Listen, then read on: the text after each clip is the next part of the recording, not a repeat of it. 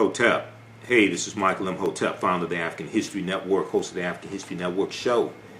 I'm a talk show host, researcher, lecturer, writer, and historian. So it is Friday, October 16th, 2020, and I wanted to let people know, we're still getting people inquiring about advertising with the African History Network and on the African History Network show. And now that I'm on Monday through Friday, want to let you all know that you can now advertise with the African History Network with the African History Network show on our weekly show. Okay, so email us at customerservice@africanhistorynetwork.com, customerservice@africanhistorynetwork.com. African American business owners who want to advertise your business. You may have an e-commerce store, you may have a brick and mortar store, whatever type of business you're in, whether it's health and beauty products, whether you are an author, whether you sell books, whether you have a home school or you deal with education, you can advertise with the African History Network. So what we do, we create a video commercial for you, and you may have seen in some of the rebroadcasts of our shows, you see the new video commercials. Okay, most of those I created. I do the voiceover, and you can send me a script. We put together that 30-second to 60-second video commercial, and then when we re-air the shows, we re-air them throughout the week. People see your commercial. This helps promote you. We also upload the video commercial to our Facebook fan page, the African History Network, and then also on our YouTube channel, Michael Imhotep, Imhotep. All right, African American business owners, post the name of your business here on the thread of the broadcast also. And email us at customerservice@africanhistorynetwork.com, customerservice@africanhistorynetwork.com, and we'll let you know how you can advertise with the African History Network. We can get you up and running today. So you'll get the video commercial, and then also our broadcasts are in audio podcast format as well. So we're on 9 different audio podcast platforms. We're on Blog Talk Radio, iTunes, iHeartRadio, Stitcher, Castbox, Acast, TuneIn. So when people listen to the audio podcast of these broadcasts, they'll hear your audio commercial as well. Okay, so you may have an upcoming conference or a virtual conference. I know, I usually speak out of state once a month or something like that. All that's been basically canceled, but people are having virtual conferences. You may have a virtual conference that you want to promote. You may have a restaurant, catering business. You may sell African jewelry, African clothing, African garb, etc. T-shirt company. Email us at customerservice@africanhistorynetwork.com. Now, a lot of people oftentimes say, well, when we look at other ethnic groups and races of people, we look at Arabs and Chaldeans and things like this. They have and Asians, they have a history of entrepreneurship. Okay, well, when we study our history, African people, we have a history of entrepreneurship as well. And when we look at the first economies, when we look at the great African civilizations that we love to talk about, whether we talk about ancient Kemet or ancient Egypt, whether we talk about Ta-Nehesi or Nubia or Ta-Seti, if we talk about Ethiopia or Abyssinia, we talk about Great Zimbabwe, things like this. We go into West Africa and we deal with Ghana, Songhai, and Mali. When we deal with these great African nations in these societies, we're going to see that they have some type of economic system. We're going to see they're engaging in commerce, they're engaging in trade. They usually have some type of African marketplace as well, okay? And we see that they're going to have control of land. They are involved in agriculture. They're growing their own food. They're not relying upon Asians and Arabs and Chaldeans to feed them, okay? They may engage in commerce and trade with other ethnic groups, other races of people, but they have control of land. They are engaged in agriculture. They have mineral wealth. There's an economy, and there's some type of government system. There's some type of structure as well. When we look at these great African societies, we see this.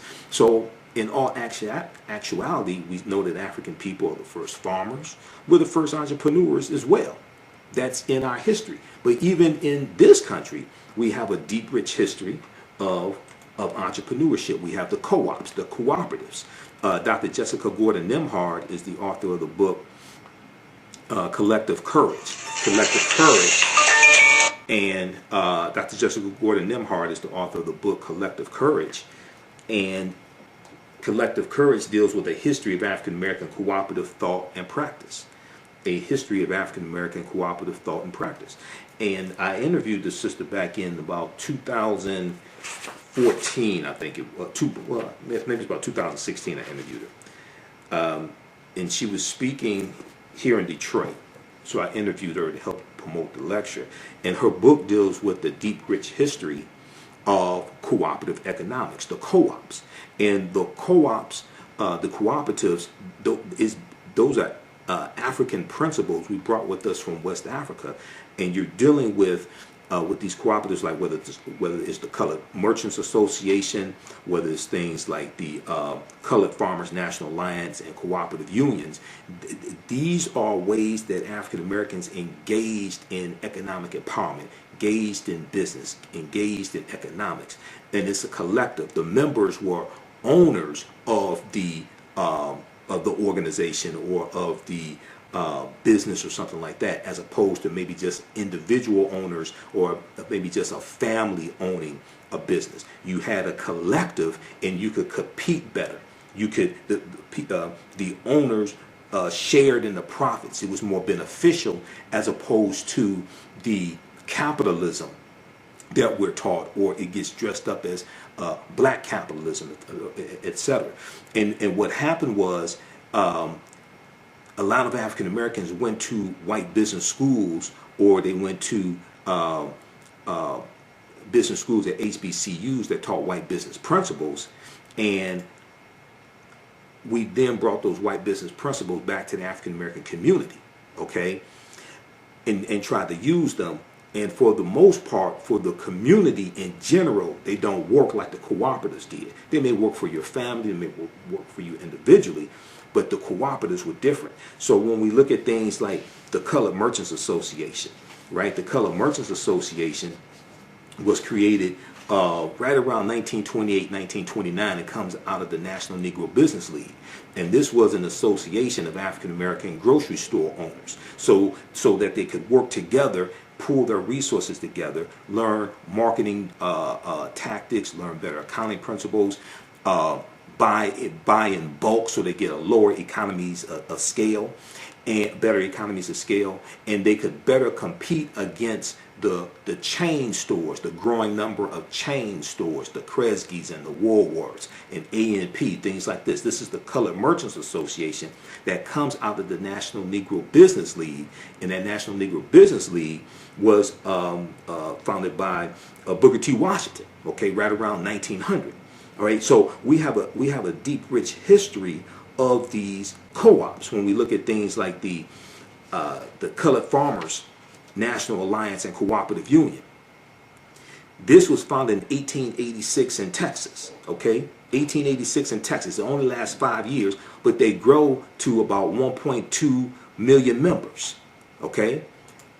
Now, a lot of people haven't heard about this because oftentimes when we deal with this history, the cooperatives, the co-ops are left out. We have things like the Free African Society of 1787. We're going to have, even when we go back to slavery, we're going to have many cooperatives that are helping buy people out of slavery, helping pay for burial costs, etc. You know, we were doing crowdfunding before it was called crowdfunding. This is all in our history. These are all principles.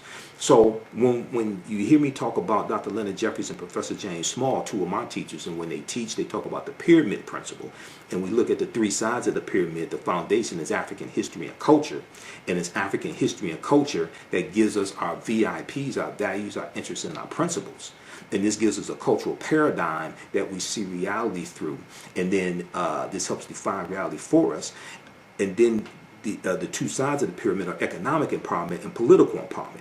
Well, your history and culture influences how you engage into those economics. Okay, are you dealing with economic empowerment, engaging in economics from a cultural perspective, or are you dealing with it from a perspective that has been imposed upon you? Yes, we do. Yes, we live in a capitalistic society, but how do we engage in that capitalistic society?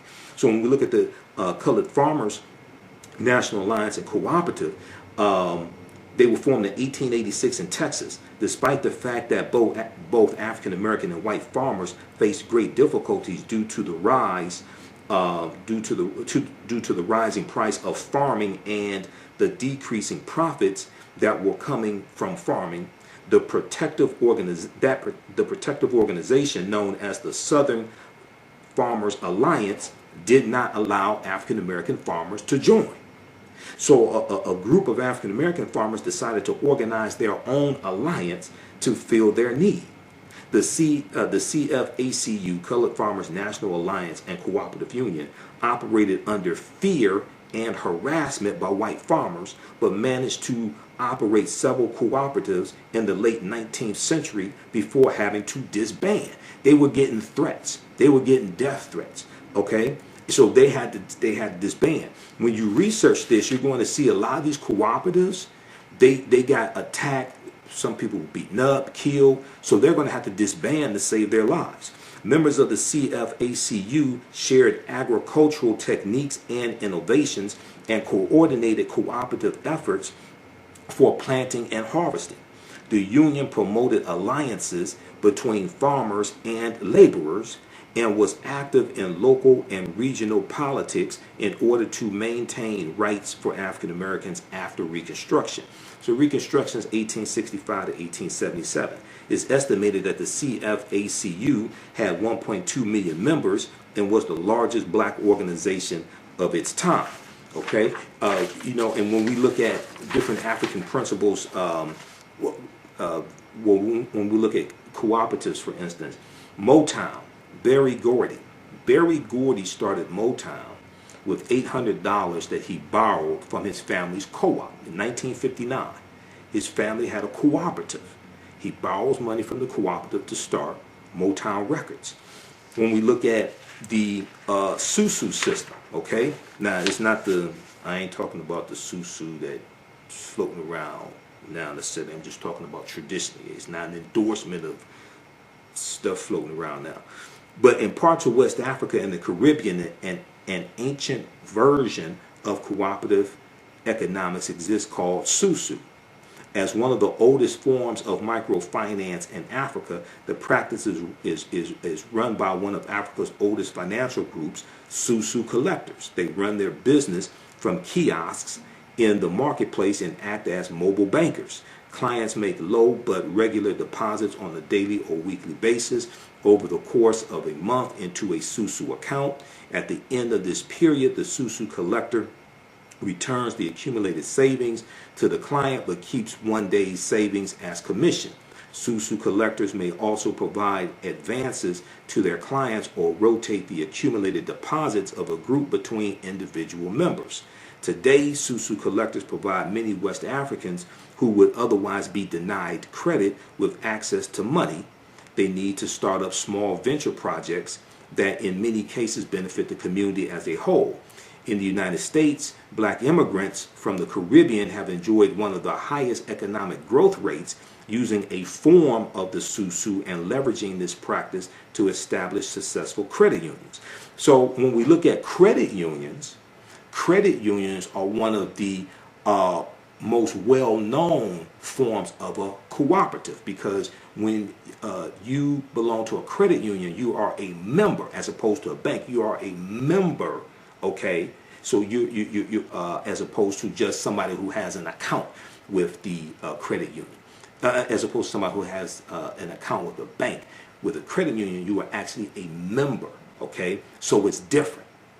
A credit union is a form of a cooperative as well. AtlantaBlackStar.com has a good article from 2013, 5 historic examples of cooperative economics, Ujamaa, that advance the black community.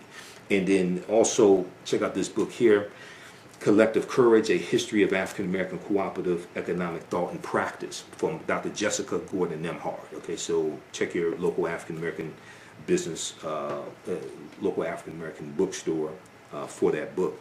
But oftentimes when I hear, not my degrees in business administration with a major in marketing from Wayne State University here in Detroit, a lot of times, when I've done business consulting for 7 years, I managed African American companies. We had contracts with City of Detroit, County of Wayne, State of Michigan, and in teaching entrepreneurship, a lot of times people don't know. A lot of times African Americans don't know our deep, rich history in economic empowerment, entrepreneurship, and principles we brought with us from Africa here as well, but don't even understand what we were actually doing during slavery. Okay, and then during Reconstruction. So we have a deep, rich history of this. So once again, you can email us at customerservice@africanhistorynetwork.com, customerservice@africanhistorynetwork.com, African American business owners. You can advertise with the African History Network on the African History Network show. We're on Monday through Fridays now, and then what we do, we take your 30-second to 60-second video commercial, and I'll create a video commercial for you. So when you see some of the rebroadcasts of our shows, you see the video commercials in there. Black History Mobile Museum 101 is one of them. A lot of those video commercials, I'm the one that puts them together. I do the voiceover. You send me a script, we put that together, and then when we re-air these broadcasts, you see those commercials in there, and then also in the audio podcast format of our broadcast, we'll have your audio commercial in there as well. Okay, so we're on 9 different audio podcast platforms: iHeartRadio, FM Player, TuneIn, iTunes, Blog Talk Radio. So if you are African American book author, if you have a bookstore, whether you have a brick and mortar store or a e-commerce store, if you sell health and beauty products, clothing, African garb, or whether regular clothing, if you sell athletic gear, shoes, okay, you have a fitness website, if you have an upcoming conference or event, virtual conference, etc., we can help you market that at the African History Network. Email us at customerservice@africanhistorynetwork.com, customerservice@africanhistorynetwork.com. Also follow us on our Facebook fan page, The African History Network, The African History Network, and turn on notifications so you know when we go live. Follow us on our YouTube channel, Michael Imhotep, IMHOTEP, on YouTube as well. And check out this information dealing with the cooperatives, but also understanding our history when it comes to entrepreneurship and economic empowerment. That's always been part of the of our movements, okay? Whether we talk about Marcus Garvey, even when we talk about the civil rights movement, that is the cooperatives were part of the civil rights movement.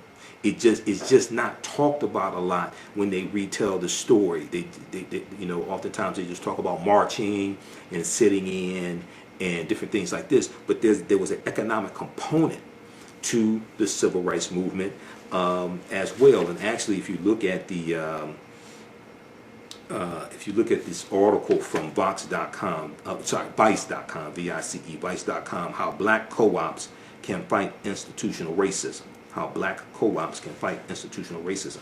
It's an interview with Dr. Jessica Gordon Nemhard, and on page 6 of the article, the question was asked by the interviewer: what role has cooperative economics played in black communities in the U.S.? And she responded, African Americans have engaged in some form of collective economics throughout our entire history in America. Sometimes it was tilling kitchen gardens on Sundays when we weren't working as enslaved people and sharing the produce. Sometimes it was putting in dues to bury loved ones. By the 1700s and 1800s, we had more formalized systems of collective economics that were more enterprise driven, like insurance companies and collective farming. Eventually, we had collective grocery stores, like going back to the Colored Merchants Association in 1928, 1929. Okay, it was a cooperative of African American grocery store owners. Eventually, we had collective grocery stores, credit unions, and health care. Europeans eventually recognized the model around 1844, and it formally came to the U.S. African Americans then started forming official co-ops in the 1860s and 1870s. Okay, so Civil War is 1861 to 1865. 13th Amendment is ratified December 6, 1865. 1865, 1877, you have this period of time called Reconstruction, when putting the Union back together, rebuilding the South that was devastated because of the Civil War. And then we have the 14th Amendment, where we had the Civil Rights Act of 1866, which is giving rights to African Americans. The 14th Amendment of 1868, which gives citizenship. The 15th Amendment of 1870, which guarantees the right to vote to African American men, not women, but African American men. Okay, so you have this period of time. You have the Force Acts, F-O-R-C-E, the Force Acts of the 1870s, like the Ku Klux Klan Act of 1871, which is a federal law that is designed to really attack the Klan. Okay, and there's the Ku Klux Klan Act of 1871. So you have all this taking place. You have African Americans owning land, acquiring land. You have us winning seats in Congress. Most of them in the House of Representatives. You're going to have 2 in the Senate, okay, U.S. Senate. So all this is taking place during Reconstruction. So by the 1880s, labor unions were actually helping workers to start their own co-ops, and African Americans were involved in that too. So they were asked the question. She was asked the question: did co-ops play a role in the civil rights movement? She said it was what I call a silent partner to the movement. This was done by. She said this was done by blacks. So it's going to be a silent partner in the movement. Okay. The co-ops. Okay, so check out the rest of this article here, and we know that economic boycotts were part of the civil rights movement, but you're also going to have a component where you have co-ops helping raise money for the civil rights movement, and you have African American businesses, etc. You have people like A.G. Gaston, who was life insurance titan, business owner. You're going to have him putting up money to bail civil rights workers out of jail. All different types of things like this are going to take place. So oftentimes when the stories get retold, these different aspects are left out of it, the economic component. But another aspect is left out is the armed resistance, the armed self-defense when it comes to the civil rights movement as well. So that's why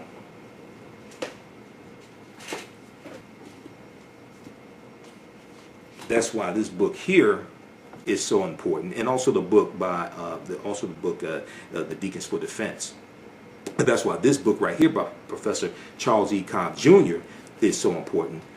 This nonviolent stuff will get you killed. How guns made the civil rights movement possible, because this talks about how if it had not been for Negroes with guns, there would not have been a civil rights movement, because it was Negroes with guns, it was African Americans with guns who were protecting the civil rights workers while they're engaging in that nonviolent direct action. Okay, and when I interviewed Dr. Hassan Kwame Jeffries back in about June or July, okay, and he's a nephew of Dr. Leonard Jeffries. He's an associate professor of history at Ohio State University.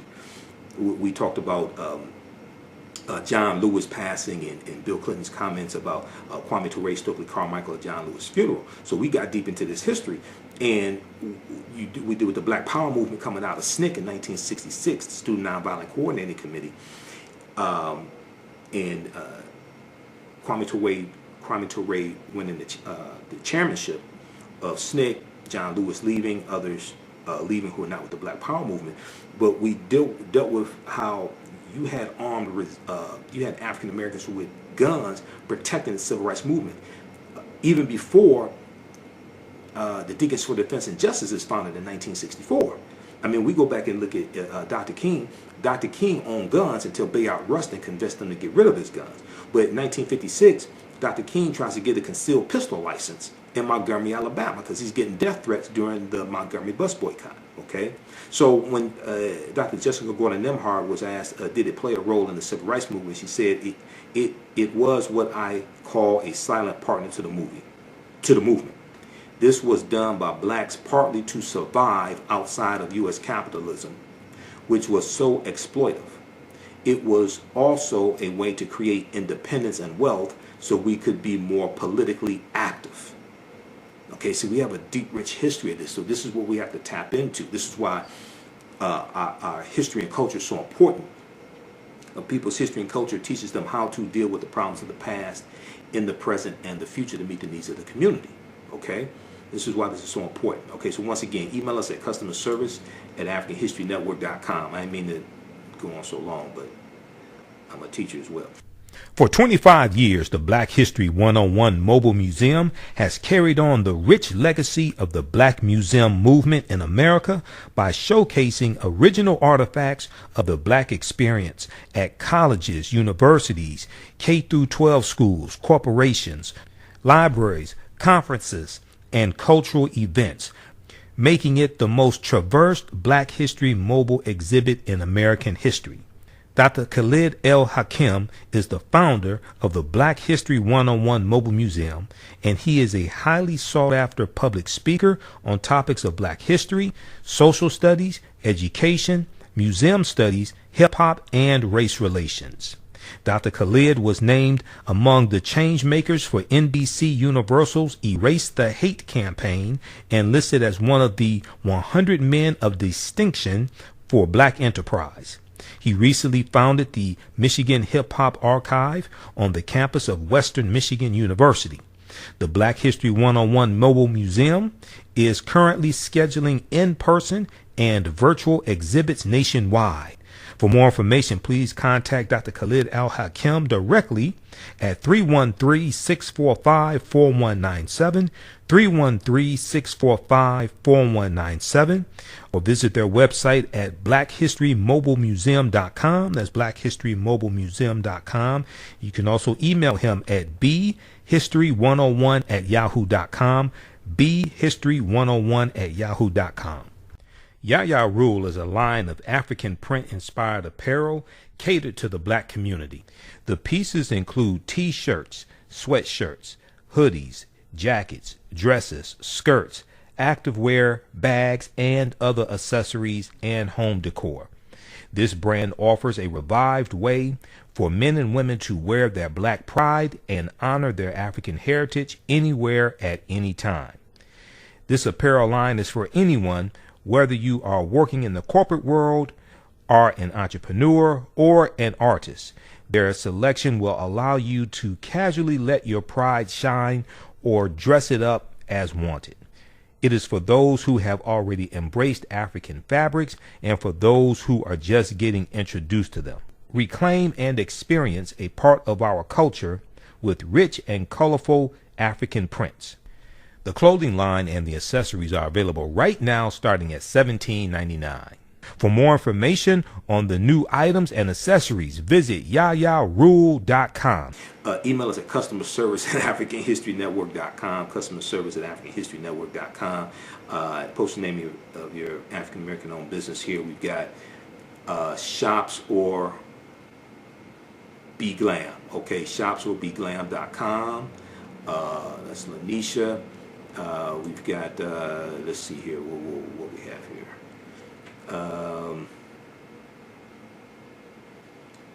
We've got, okay, we've got Patrick, Tamiko, okay, we've got Joe. Yeah, email us at customerservice@AfricanHistoryNetwork.com. Okay, we've got, who else we have here? I'm looking at the names of some of your businesses. Anna asks, how can she get the book, Collective Courage? Yeah, check with your local African American bookstore or Amazon. It should be at Amazon. Wombman.com, Mansa.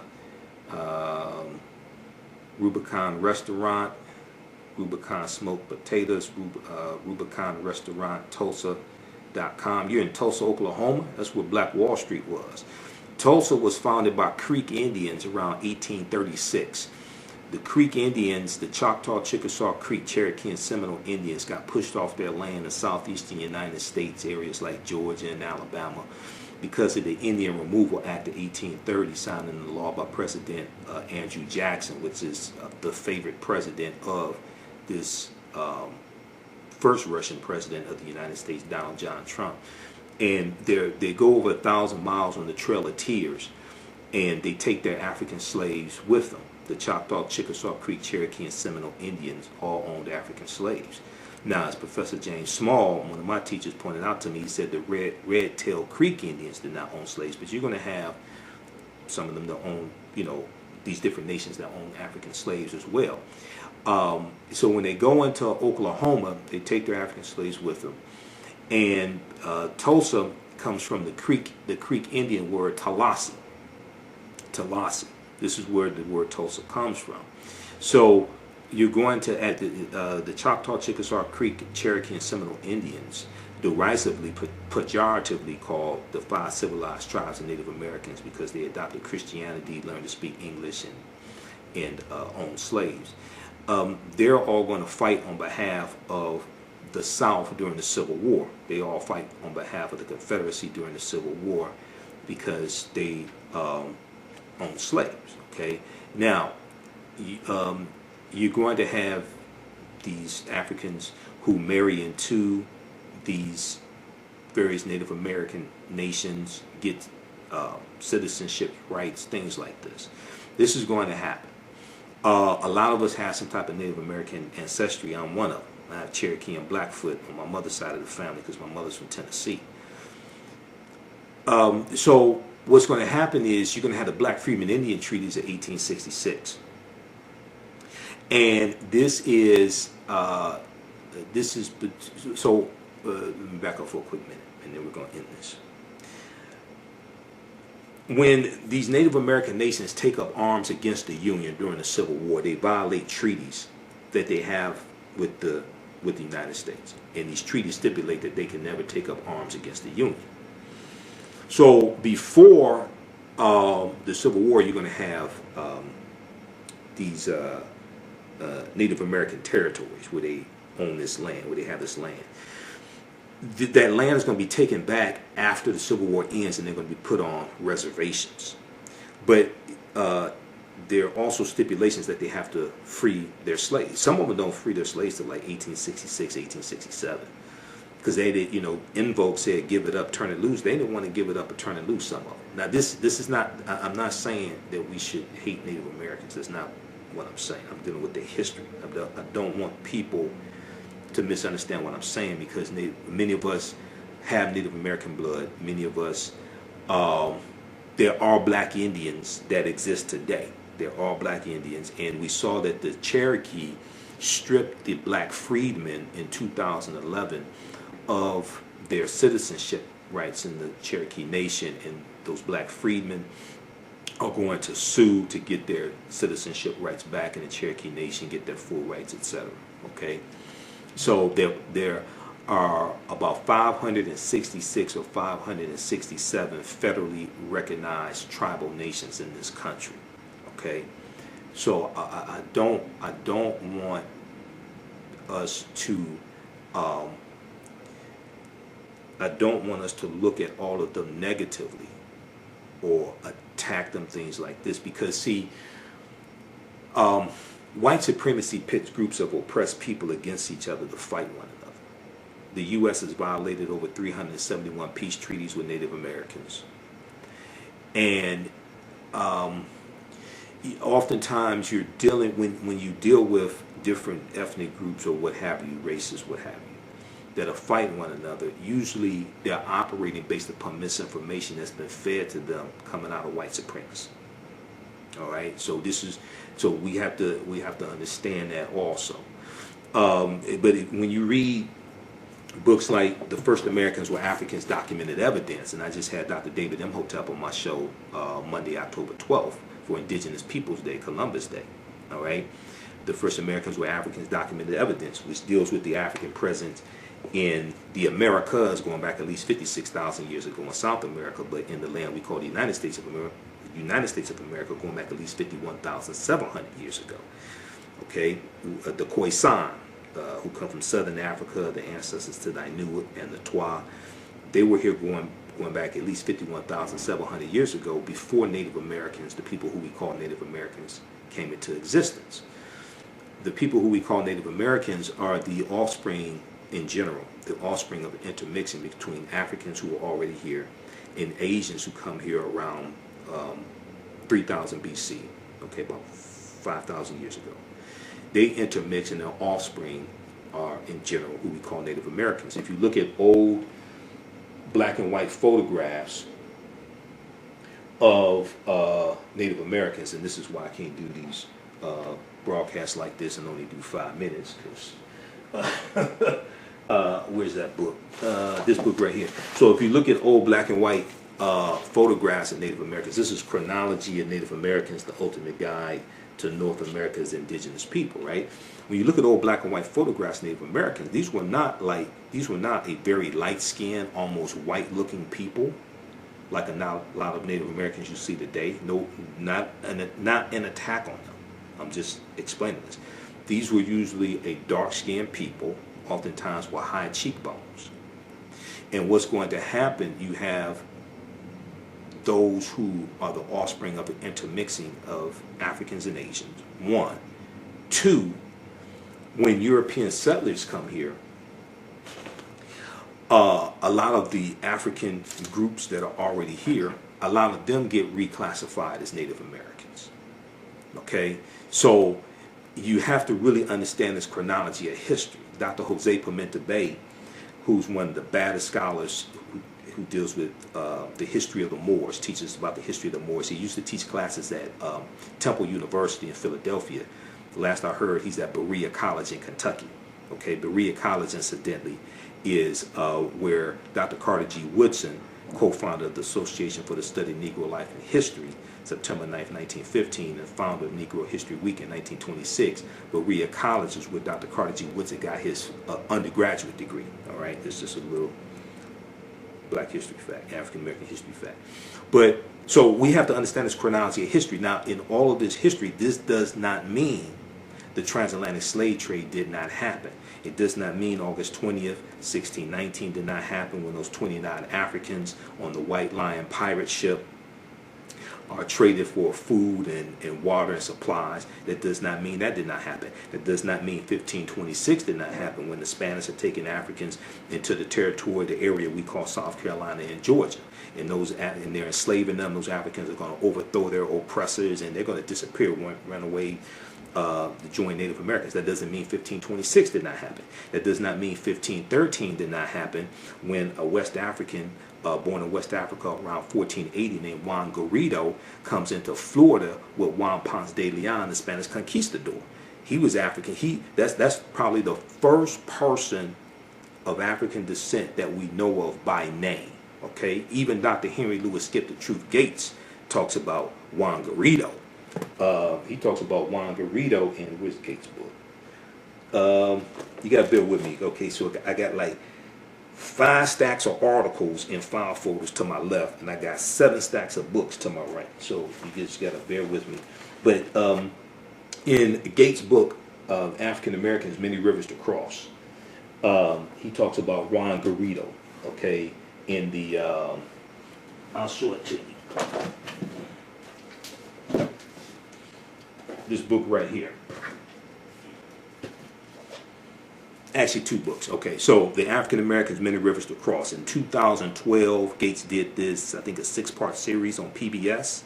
This is the companion book to that PBS series. Okay, and he talks about Juan Garrido in here. It's page, I think it's in the introduction. And just bear with me, I really did not plan to be on this long. I got a lot of work to do. Page 4. Page 4. He's showing Juan Garrido and Juan Ponce de Leon. Okay? So, and then also in Gates' book, 100 Amazing Facts About the Negro. And Gates does do some good research. Now, there's some flaws when he talks about African involvement in the transatlantic slave trade, but I've read dozens of Gates articles. He does do some good research. Ancient African history is not his forte, though, you know. But this one right here, he talks about Juan Garrido in here as well, 100 Amazing Facts About the Negro. So, we have to understand the history. We have to understand it chronologically. We have to understand it chronologically. Okay, African people migrate at different times for different reasons. It could be voluntarily, it could be forced, etc. So just because African people were here for tens of thousands of years, that doesn't mean that doesn't mean we weren't brought here as captives also. You have to understand the chronology of like the last 50,000 years of history as opposed to just the last 500 years of history. All right. Okay, so that's going to be it now. Okay. Also, if you like this type of information, you can donate to the African History Network. $ the AHN Show through Cash App.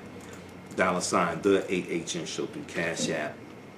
So that helps finance the research, helps us keep doing our Sunday night show. We're still on Sundays, 9 p.m. to 11 p.m. Eastern Standard Time on 9-10 a.m. Superstation WFDF in Detroit. Now we're on Monday through Friday, also 11 p.m. to midnight as well. So now I'm doing 6 days of radio a week. Okay, I'm doing 6 days of broadcast a week. All right, so email us customer service at AfricanHistoryNetwork.com. We'll get you up and running right away. And the other thing is, if it's a situation where you say, well, look, I want to take advantage of this because we have limited inventory, we have limited space. If it's a situation where you say, okay, well, look, I want to take advantage of this to lock in my ad space, but I won't be ready to advertise for a month, or I won't be ready to advertise till December or something like that. That's fine also. Still email us. We'll get you locked in. All right. Okay, so remember, at the African History Network, we focus on educating, empowering, and inspiring people of African descent throughout the diaspora and around the world. Because right now it's correct wrong behavior. What you do for yourself, what you do to yourself, and what you allow other people to do to you and get away with is based upon what you think about yourself. What you think about yourself is based upon what you've been taught about yourself. What you've been taught about yourself is based upon everything you read, heard, and seen about yourself. Remember, right now it's correct wrong behavior. It's not over till we win. Wakanda forever. Talk to you next time. Peace. Have you tasted the world famous No Frowny Brownie yet from the Pink Bakery? If not, what are you waiting for? They are vegan, gluten-free, and free of the big 8 allergens. While eating their No Frowny Brownies, the fabulous Miss Tabitha Brown said they were very good. Very good. And you know, if she says that, they are.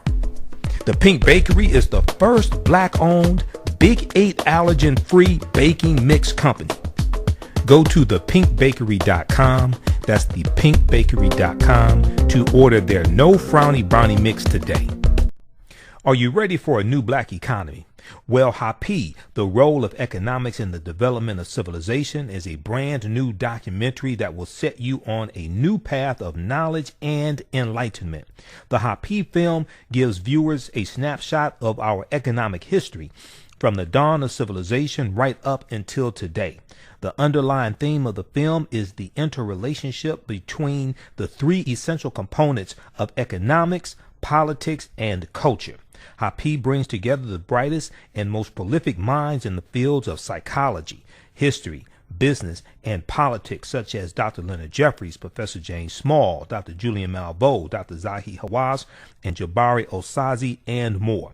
Together, they deliver a message of cooperative economics, financial independence, and a pride that we can all be inspired by. The film is on sale now. It's streaming on all digital formats, or for DVD, please visit Happy, H-A-P-I, happyfilm.com. Use offer code Happy, AHN, for a 10% discount. Gain knowledge in minutes with Blacklist Ed. Blacklist Ed is an app that provides insightful summaries of books pertaining to the Black experience.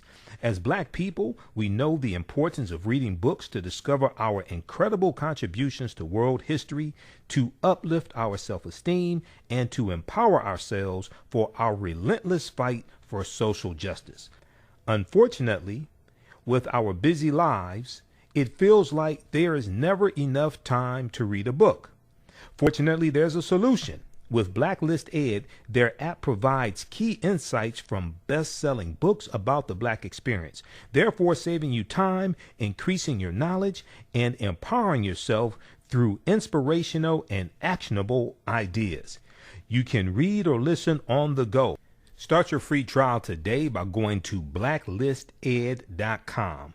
That's black without the C, BLAK. Or you can download the Blacklist Ed app from the App Store or Google Play. Blacklist Ed, empower yourself. Revitalizing, restorative, indulgent, essential. Crea's Love Butter Raw Shea Butter Collection. How do we know if our skin products are truly delivering all of the health benefits they should? Crea's Love Butter is a thoughtful combination of hand-selected ingredients designed to enhance the level of your skin's health. Crea's Love Butter is an ideal gift for health-conscious loved ones and is a pleasure to both give and receive. They've harnessed the restorative powers of raw shea butter and infused it with their love and passion for revitalizing skin that you will undoubtedly feel from the first use. Visit their website today, creaslovebutter.com. CREAS, creaslovebutter.com. Put your skin in the game. Yaya Rule is a line of African print-inspired apparel catered to the Black community. The pieces include t-shirts, sweatshirts, hoodies, jackets, dresses, skirts, activewear, bags, and other accessories and home decor. This brand offers a revived way for men and women to wear their Black pride and honor their African heritage anywhere at any time. This apparel line is for anyone, whether you are working in the corporate world, are an entrepreneur, or an artist. Their selection will allow you to casually let your pride shine or dress it up as wanted. It is for those who have already embraced African fabrics and for those who are just getting introduced to them. Reclaim and experience a part of our culture with rich and colorful African prints. The clothing line and the accessories are available right now starting at $17.99. For more information on the new items and accessories, visit